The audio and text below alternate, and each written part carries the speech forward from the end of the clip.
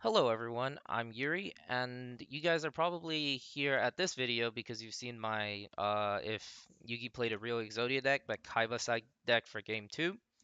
And since that video got popular, a lot of supposed Yu-Gi-Oh judges showed up in the comment section, and it became something of a Yu-Gi-Oh judging forum.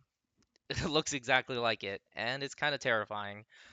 There seems to be a lot of confusing effects with literally like 6 or 7 cards that were in the video that are all straightforward. So I'm gonna try to explain a lot of these effects to you guys in this video, and hopefully things will make more sense by the end.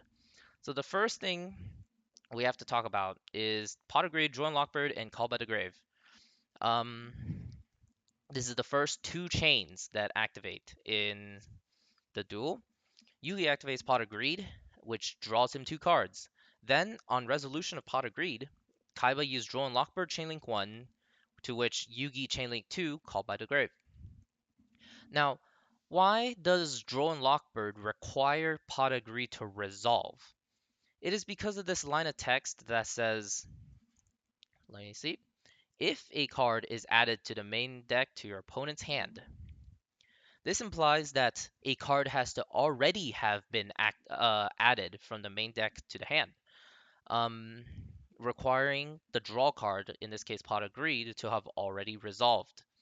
If you want a version of Droll and Lockbird that is chainable to like Pot of Greed, for example, you would need it to say if a card or effect is activated that includes an effect that adds card from the deck to hand, similar to Ash Blossom's wording. Then you would be able to activate Droll and Lockbird in response to Pot of Greed. However, Droll and Lockbird right now, as it is, cannot do that.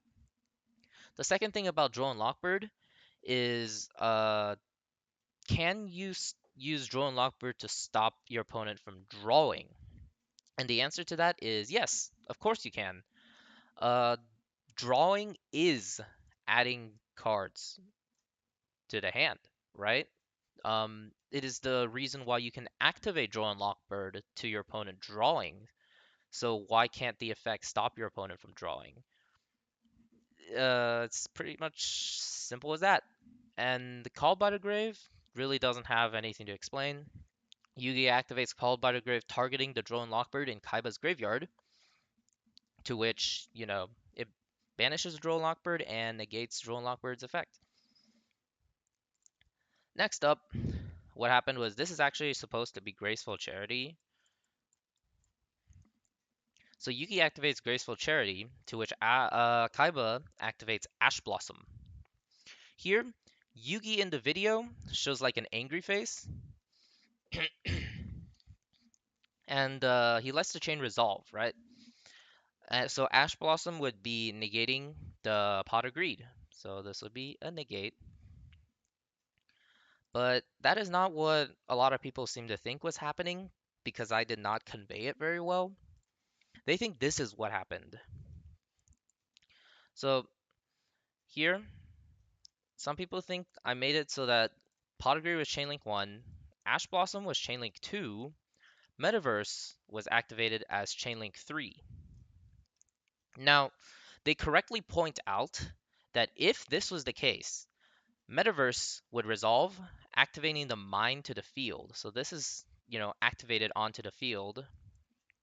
Now, would mine negate Ash? Let's take a look at mine.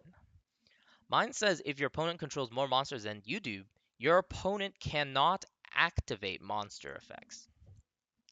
Notice that Mystic Mine does not mention the word negate anywhere in its card text.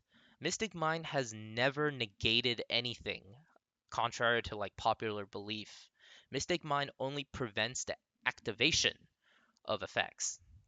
Similar to a card like Amano Iwado, that's the card that comes to mind very fast for me. I don't know why, but yeah, it doesn't negate anything. So in the case here, Mystic Mine would be on the board, but Ash Blossom has already activated. It activated as Chainlink 2, right?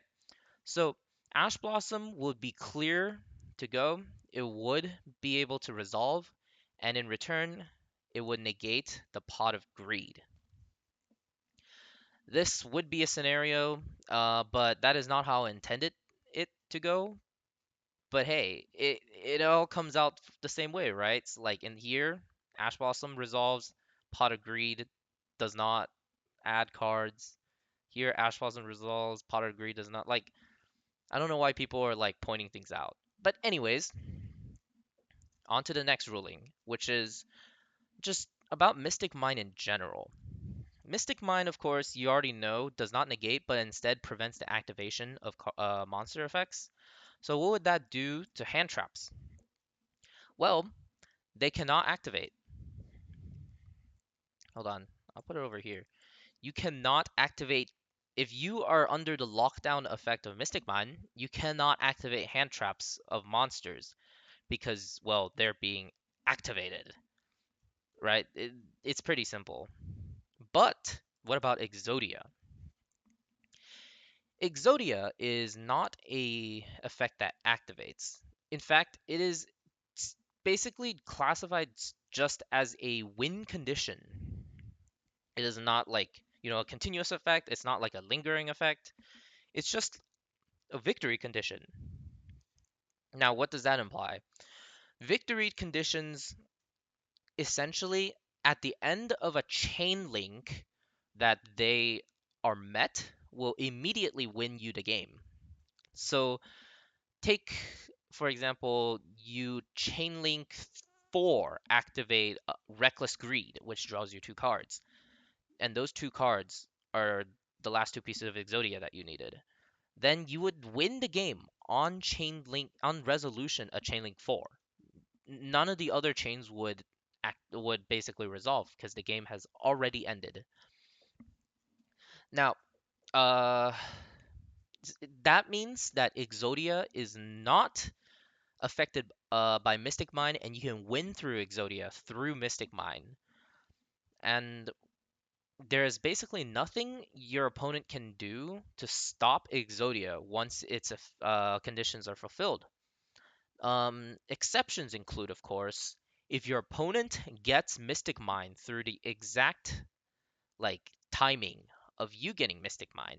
A common way this happens is through like say card destruction or some kind of jar effect that gives the 2 players cards simultaneously.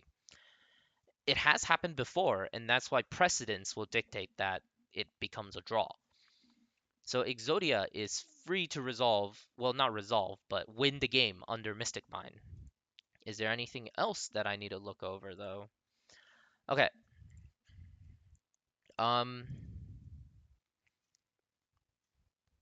Now, someone correctly points out that if Metaverse was set on the board, the turn that Yugi attempts to activate Pot of Greed and all of this stuff happens, then he can get Mystic Mine, right? He gets Mystic Mine onto the board, which will prevent Kaiba from activating any hand traps against, Pot of Greed and Graceful Charity.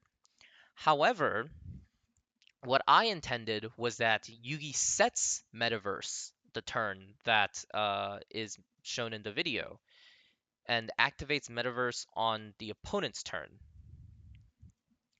There's a lot of like intricacies with this like exact scenario that played out in the video. For example, something that I don't think anyone considered was what if Yugi only had like say for example Pot of Greed and Graceful Charity. If he only had Pot of Greed and Graceful Charity, I'll just put 2 Pot of Greeds, right? And the metaverse is face down. Okay? In this case, he would he you cannot play metaverse. If you play metaverse and Kaiba ashes your metaverse and you cannot get the Mystic Mine onto the board, chances are you lost a duel. Okay? Because you don't have the protection of the Called by the Grave to, you know, kill the Ash. So in this case, the correct play would be what is shown in the video, where you activate Pot of Greed to draw 2 cards, right? And what if the card that you drew into was Called by the Grave? So that's a situation that like nobody really mentions because I think it's like you don't really think about it. So that's another way the duel could have played out. It so like even if metaverse was set already on the board, there is an argument to be made that Yugi did the right play by not activating metaverse because what if he didn't have Call by the Grave in his hand? So that's just like, a little bit of a hypothetical that could have happened.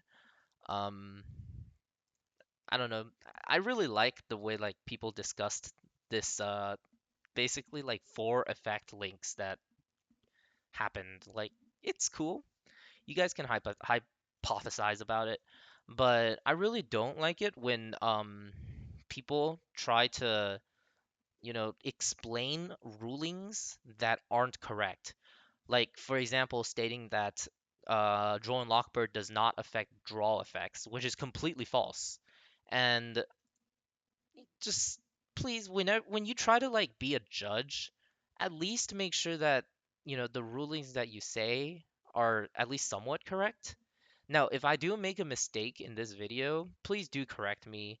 If it's something like I accidentally said, you Mystic Mind negates hand traps or something, that's just like a habit, force a habit. That's not true. It only prevents activations. Anyways, I hope like this video conveys the message across, and maybe you learned a thing or two about Mystic Mine and Drone Lockbird rulings. All right, thank you for the support, and I'll see you in whatever next video that I try to make. Goodbye.